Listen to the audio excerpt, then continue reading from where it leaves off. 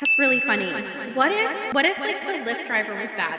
I drew inspiration from Jamie Campbell Bower, impulse-driven character. Here to discuss her book Asmodeus Rising. From Bee's inspirations for the book, the research she did for the book, readers are going to see in the next two books of the trilogy about this paranormal romance, this absolutely delightful, hilarious novel.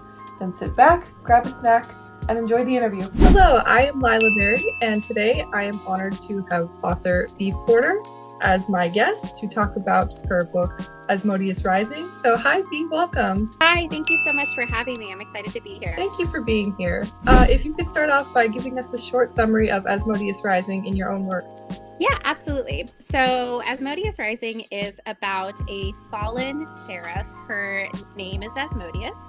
And so she was living in heaven with all the angels, and it was all lovely and happy. And then essentially the earth was created, and human beings are brought into this big, beautiful paradise that God created for them. And she was upset. This is what the prologue is going to cover. And she fell in love with the earth, and she wanted to be free. She wanted to have the same freedom, the autonomy that human beings had. And so when Lucifer proposed the rebellion against God, she followed Lucifer and fell and became the demon Asmodeus. That's kind of where the book really kicks off, is her being a demon. She went through a twisted relationship with Lucifer, and so at the book's beginning, she is actually working on the surface on Earth as a Lyft driver, collecting souls for hell. So her contract states that she has to collect one soul a day in perpetuity, forever and ever. Her payment to hell, and the readers will find out why when they read the book. She's going through that, and then she is captured by a demon hunter whose name is Zev. He blackmails her into taking him to hell to capture his father's soul, who she was responsible for sending there in the early 2000s. It's fun. There's a lot of forced proximity. Yeah, thank you so much. That was a wonderful summary. It was an absolutely delightful book. There's been so many different depictions of Lucifer in pop culture throughout all time. How did you decide what qualities to give your Lucifer and personalize him to you? Sure. So when I first was talking to my friends and family about the story, about the plot, I kept hearing the term Lucifer, like the show, the Netflix show, come up. And I'd never seen it. And I still, to this day, have never seen it. I think at this point, I'm avoiding it because I want to just generally avoid any unintentional overlap. Like, I don't want my Lucifer to look like that Lucifer. I kept hearing that. So I know that there is, just maybe in the tone and the humor, a little bit of similarity. But my Lucifer, I drew inspiration from Jamie Campbell Bower, specifically Stranger Things. When I kind of envisioned Lucifer, I wanted this like cold, calculating aloofness combined with this sensual ability to command a room, which I think that Jamie Campbell Bower really embodies. From the beginning, I knew that I really didn't want Lucifer's power to come from that of like overwhelming strength, but that of overwhelming cunning. And this really interesting and compelling contrast to the protagonist, Asmodeus, because she is not known for great planning. She's very much an impulse-driven character, and so to put those two at odds with one another created for a pretty fun dynamic. Yeah, Lucifer in this book is really original, unlike any Lucifer depiction I've ever seen before, all the different qualities that he has. I do like that he relies on his cunning more than, physical qualities. That's just so much more fun to play around with as a writer, in my opinion. Yeah, thank you. I had a lot of fun. Plus, like Jamie Campbell Bower, I mean, he's just fun to kind of envision in general. So I was like always enjoying that in the back of my head. So yeah, it was a good fun time to write. Yeah, the world building in Asmodeus Rising is rich and fun, blending many elements of traditional heaven and hell lore with your own additions. What is your favorite part of world building in the book? Thank you so much. So I appreciate the positive feedback on the world building. So I grew up in the church, like deeply, deeply religious, very Lutheran. That was my mom's big thing. I grew up very, very Lutheran. So I grew up reading the Bible as well as biblical analyses. Like I even did my senior AP Lit thesis on Pilgrim's Regress by C.S. Lewis. So the biblical lore I was pretty familiar with. So I thought that I had a pretty good starting point, but I knew from the jump, at least on a base level, like when you're building a world, you need to research. That's where it all starts. So I had my biblical lore. I needed to get the information about, demons and demonology and, what the actual hellscape was going to look like. So I was a teacher in my previous existence. I haven't been for a few years, so hopefully there are not students that still remember me and are like, hey, listen to this book. But taught the Inferno. So I was actually very familiar with Dante's Inferno. And, we read through that as a class.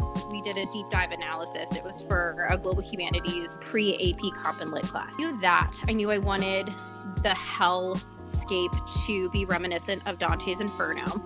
And so then I took kind of the Hermetic philosophy as above, so below, as a way to build the world to be relevant to modern readers.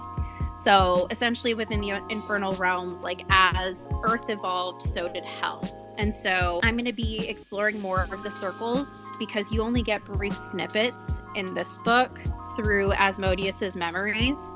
But I'm going to be exploring more of the actual circles themselves and my work in progress within the same universe. It's called the Guillotine Guild because you have characters that live within the second circle of hell. And so I'm excited for that.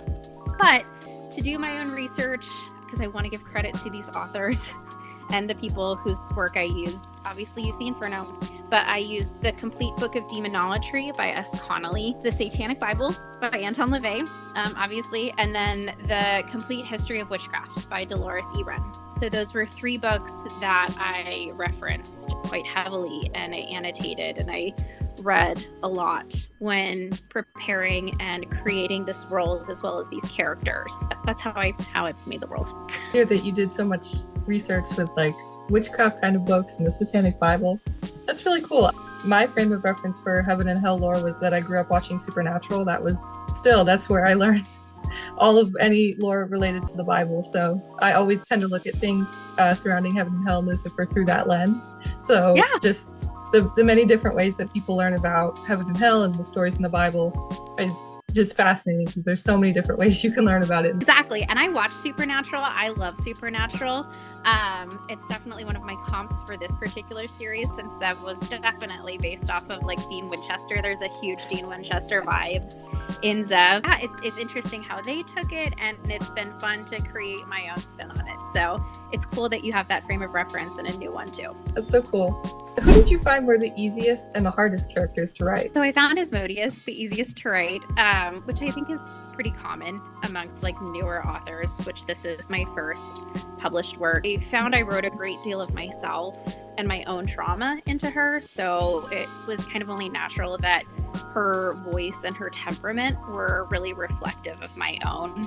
So obviously it was the easiest. I mean, just kind of the way that she quips back and forth with people is the way that I often interact with people. It's this very like quick, sharp, biting humor that can be sometimes well received or sometimes ill received, just depending on the person. But the character that I actually struggled with writing the most was Marie, because I had such a very clear picture of who Asmodeus and Zev were in my head.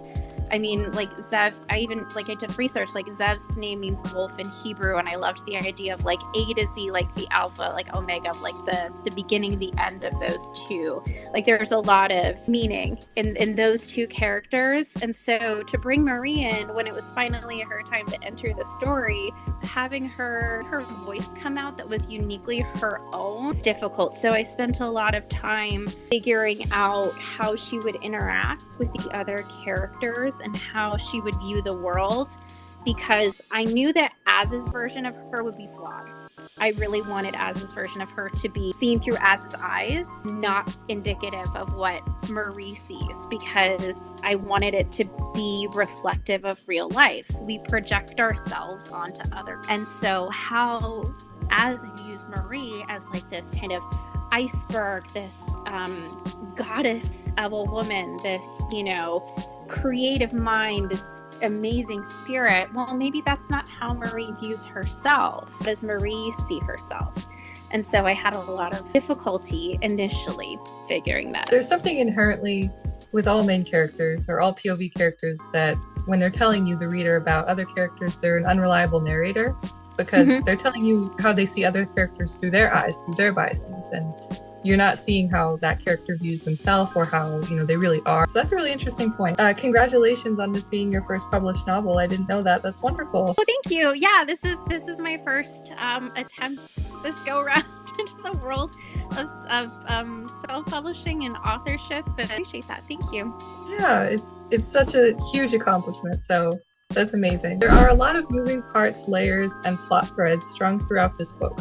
A lot to keep track of. What gave you the most trouble overall? Well, I do have a notebook that looks a lot like Charlie Day's meme of him connecting the strings. Yeah. Right? Husband likes to make fun of me and say we need to get a big board in the house because now that I'm writing the Guillotine Guild and these stories are starting to intersect with one another, I'm like, oh Lord, it's gonna get a lot bigger. Yeah, I have my notebook. Without giving too much away, in the book, there is a binding ritual that essentially ties Zeb and Az together, but it's a spell that requires multiple parts. So, as you can tell, by now, I love a good lore moment. So I spent a lot of time researching these individual items. Each item kind of represents a different chakra, and it has a deeper meaning, and it's multi-layered. So just saying chakra doesn't give it all away. I wanted to figure out not only what they would be, but what they would mean to Asmodeus and what they would mean to the story as a whole. So each one is important and it may come back up again later. Yeah, that's so cool that the rituals were framed with chakras in mind. I love that intersection. Could you talk a bit about your inspirations for the book? One of my favorite books of all time, and I understand there's a good amount of controversy surrounding this author right now, so apologies, but one of my favorite books of all time is Good Omens, and there is this quote that has stuck with me since my first reading of it, and it was something along the lines of Crowley was an angel that did not fall so much as saunter vaguely downward. And I loved that. I was like, that's such a clever idea of yeah, you have an angel that's I don't really, heaven doesn't seem like it for me. I'm just gonna saunter this way. So I've always loved that, and I've always loved Good Omens and Crowley as a character. Last year, November, December, I was at the tail end of a year and a half of really intensive trauma therapy meant to help me remember huge gaps in my childhood because I have CPTSD. Yeah, so I got the idea for writing about a pain demon hurt anyone she came into contact with, which kind of seemed on the nose, right? That seemed a bit too too obvious. And so I kind of just forgot about it for a while and just let it sit in the back of my head, not really doing anything with it. And I think it was in January of this year, my brother, at his birthday time, and we all hang out as a family a lot during January because we have a lot of birthdays. And so multiple times he'd be like, someone tried to get into my freaking car again. And we're like, what is going on? He's like, well, they think I'm a Lyft driver. I drive a generic Hyundai in the Phoenix area, just this silver ass Hyundai. And people just, when I park places or if I'm waiting for something, people will open up my car and try to get in thinking that I'm a Lyft driver. And it happened enough. It happened a couple times that we're this is so funny. What is going on? Blossomed an idea in my head. And I'm sitting there, I'm walking on my treadmill and I'm okay, that's really funny. What if the Lyft driver was bad though? And so I connected the idea of bad Lyft driver and demon, and I put them together. And I ran into our bedroom and I told my husband, I'm going to Barnes and Noble. So I was okay, so I ran to Barnes and Noble, and that's where I got, my copies of the demonology books, and I sat there and I started reading and researching and getting an idea of kind of where I was going to go with this character. And I came up with the idea of the gender bent Asmodeus because, in Judeo-Christian mythology, Asmodeus is a male presenting demon. I was I'm just going to make it a woman and have fun with that and do what I want because I can as an author. So it went from there, and then I wrote the prologue, and really from there, Asmodeus, the Lyft driver, was born. Just this angel who definitely, instead of sauntering, fell and crash landed into hell. That's how it all came about. That's wonderful. That's such a funny story about the Lyft thing that prompted. I would never have guessed that's what prompted the prologue of the book, which is so it's an amazing prologue because it grabs your attention because the whole setup is just so wild between both Asmodeus and the Lyft driver. It's just such a gripping scene, but the fact that it came from such a funny story is really, really funny. So yeah, these things, like, it's weird how they come to me like randomly. Like, I guess I'm just cool. But like the story for the Guillotine Guild, it's kind of morbid. But that came up because I saw a meme that was like talking about the Titanic submersible and Luigi Mangione. And I guess some other billionaire died. And then the meme was like, Satan must be working overtime. And I was like, what if he was though? And so then I was like, okay, what about demon bounty hunters? What if there were actually billionaires? Like, what if the billionaires in real life were just like people who sold their soul to hell? And what if they're just up here trying to avoid their contracts and wreaking havoc on our world? And so the Guillotine Guild was born. I mean, I'm not convinced that that's what's happening. So right. Like, it's possible. Yeah, it's amazing how as authors, I'm of the opinion that everyone gets inspiration whether they're creative or not. It's just that artists tend to notice when it happens because we recognize what that feels like. Like, inspiration will indeed come from the most unlikely places. I write rom-coms in fantasy form, and I've gotten ideas from Seinfeld episodes before, and then the end result ends up being absolutely nothing like the inspiration in most cases. It's just funny that journey. So yes. And especially if you're like a pantser, I know this is like one of your other questions, but I'm a pantser, like I don't plan anything. So it's just absolutely wild to see just when you're writing and kind of going through things, you're like, oh, okay, like here's where the characters are taking me now. Like I just finished chapter 2 of the Guillotine Guild, which I'm going to read with my husband tonight. The character like I just wrote, she just is now a masked lesbian. And I was like, wasn't going to write a masked lesbian, but now she is. And that's cool. And now I get to explore that, like that perspective, and it's going to be cool, and I'm excited. I respect any author who is a Pantser. Like, I am type A, I'm a Virgo. I cannot start a book without having the whole thing planned. So massive respect to you. I do not understand you, but I applaud you. Thank you. Well, with the lore, I feel like I'm a planner, right? So I'm like a plantser. Like the plot itself, I will just let the story guide me. But when it comes to the lore and the world building, because I have such I want it to be right. I want that to be like historically accurate, mythologically accurate. Like I don't want there to be any flaws with it. I'll sit down and I'll write that out and I'll make sure it's clean. So. Yeah, absolutely. Makes sense. I highly enjoyed the moments where we got to learn more about Asmodeus and previous moments of her demonic existence. Were there any backstory moments you had to cut from this book that you might include in the future? Like I said, I'm a plantser. So there really wasn't. But what I will tell you is that if you read the Guillotine Guild, which is coming out, I'm hoping in 2026, fingers crossed, that is my goal. See a whole new side of Asmodeus, and I'm really, really excited because she does make an appearance in this book. Although she's not, the primary focus, this is a dual perspective novel between the demon bounty hunter Lyra, who is Lilith's eighth daughter.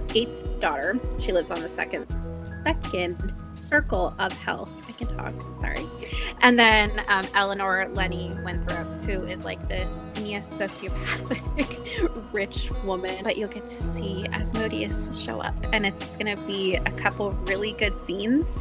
I'm leaning into the horror elements of Asmodeus because I humanized her a lot in Asmodeus Rising. So since you are seeing a bit of her backstory, I wanted to give the readers a taste of who she was before that. It'll be fun, and they'll get to see a little bit of Marie. I love that you humanized her so much, but I do sometimes just want to see her being a demon because that's so fun to read. Yeah, chapter 3 was fun to write when she just goes all out. That was a blast. Yeah, I bet. I've never seen something like a read-along playlist included in the front matter of the book before. It's very clever. What gave you this idea, and what do you hope readers will take away from following along with this playlist? Sure. Well, I can't take credit for the choice because I've been on Book Talk for a few years and I've seen other authors do it actually. I can't recall their names, but I have seen it. So for me, it just seemed like the natural choice because I created a book playlist, and I create playlists for all of my characters. So I basically just lived with the soundtrack for months while I was writing the book. I think my kids and my husband, if they had to hear some of these songs one more time, particularly Ghost, like if they had to hear Ghost anymore, I'm fairly certain they would have just like thrown all of our Bluetooth stereos like into a wall. It became crazy. But me, I think it's very similar to like the reader response theory. Like I hope that whoever looks up the playlist, finds the playlist, even if you don't like all the songs, maybe just find one or two that you find something of yourself in the songs and in the characters. Because essentially, once I turned the book over to ARC readers and to readers in general, the characters are theirs now. You know what I mean? They no longer exist just to me, they exist in the hearts and minds of the readers who read them.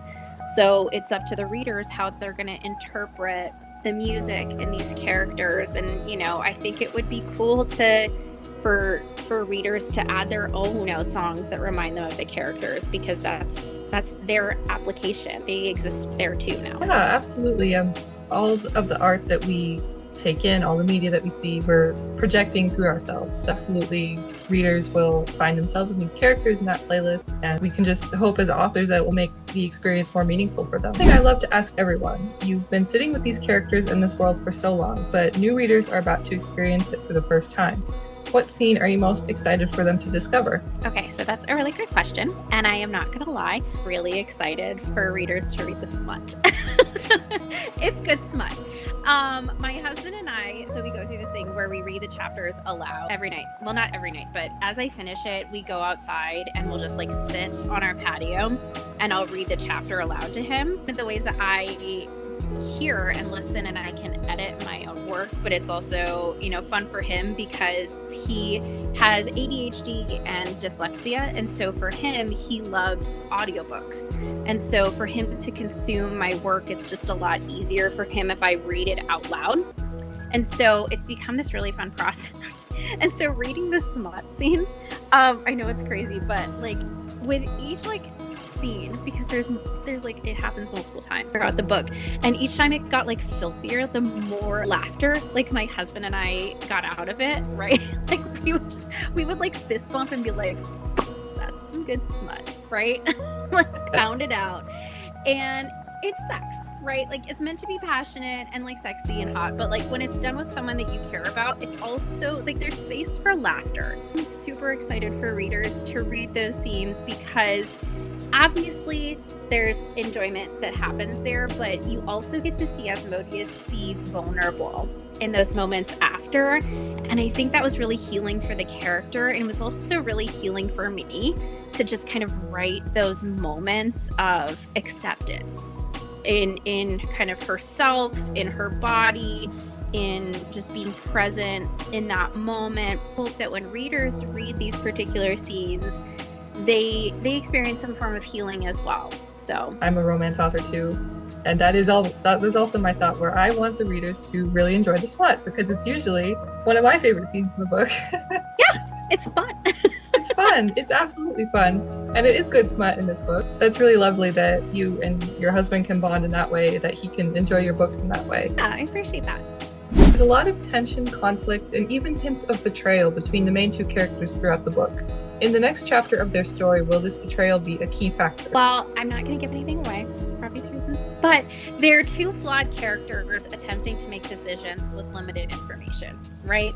So we can kind of guess that Zev is used to working on a team or with people, whether it's a small unit, right? Whereas Az is very much a lone wolf and is used to doing things independently for the most part. And so I think to expect her to make good decisions, or decisions that are good for everyone, the majority of the time is ill-advised.